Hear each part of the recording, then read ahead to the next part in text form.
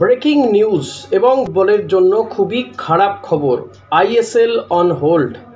ISL হয়তো এবার হবে না এবং আইএসএল ইন্ডিয়ান সুপার লিগ করার মতন অবস্থায় নেই এফএসডিএল। এমনটা এফএসডিএল তারা আইএসএল খেলার দলগুলোকে জানিয়ে দিয়েছে, এমনকি এআইএফএফকেও তারা জানিয়ে দিয়েছে বলে জানা যাচ্ছে। মার্কাস তিনি এই কথা নিশ্চিত করেছেন এবং তিনি জানিয়েছেন যে আইএসএল কর্তৃপক্ষ অর্থাৎ এফএসডিএল, রিলায়েন্স তারা ইতিমধ্যে জানিয়ে দিয়েছে ক্লাবগুলোকে যে 2025-26 ইন্ডিয়ান সুপার লিগ আয়োজন করার মতন অবস্থায় নেই।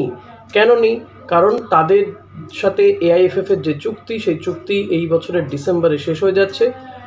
আইএসএল যদি শুরু হয় সেপ্টেম্বর অক্টোবর নাগাদ যদি শুরু হয়, তাহলে সেই আইএসএল চলবে ডিসেম্বর পেরিয়ে প্রায় মার্চ এপ্রিল পর্যন্ত। ফলত তারপরে এই ডিসেম্বরের পরে কী ফরম্যাটে হবে বা কিভাবে হবে, মানে চুক্তির এক্সটেন্ড করা উচিত ছিল, কিন্তু এখনও পর্যন্ত সেই সম্পর্কে কোনো আলোচনা বা সমাধান সূত্র বেরিয়ে আসেনি।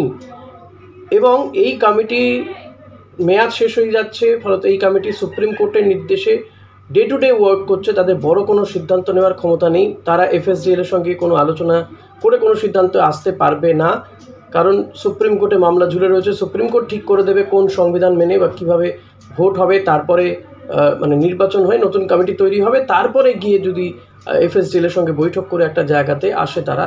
কারণ এফএসডিএল তারা এই ক্ল্যারিটি পাচ্ছে না চুক্তিটা নিয়ে, এবং এ ব্যাপারে তারা যেহেতু এআইএফএফ এর সঙ্গে কোনো বৈঠক করতে পারছে না বা সেভাবে বৈঠকে কোনো সিদ্ধান্ত হচ্ছে না, তাই তারা পরবর্তী সিদ্ধান্ত না হওয়া পর্যন্ত আইএসএল বন্ধ করতে চাইছে, বা বন্ধ অন্তত এবছর তারা অন হোল্ড বলে দিয়েছে, অর্থাৎ বন্ধ রাখতে চাইছে। তারা আইএসএল কন্ডাক্ট করার মতন অবস্থাতে নেই। এটা কিন্তু ভারতীয় ফুটবলের জন্য সত্যি খুব খারাপ খবর, কারণ ক্লাবগুলো মনে করছিল আইএসএল হবেই, তারা টিম গোছাতে শুরু করেছিল। ভাবুন, ইস্টবেঙ্গল এতগুলো কোটি কোটি টাকা দিয়ে প্লেয়ারদের নিয়ে আসছে, এমনকি ভারতীয় ফুটবলার থেকে শুরু করে বিদেশি প্লেয়ারদের নিয়ে আসা হচ্ছে। এবছর টিমটা সত্যিই ভালো হয়েছেও।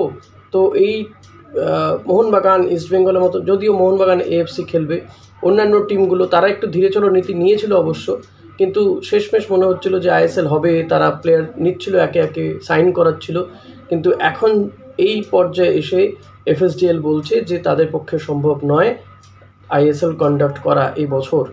ফলত মাথায় হাত পড়বে ক্লাব কর্তাগুলোর, এটা নিঃসন্দেহে বলা যেতে পারে।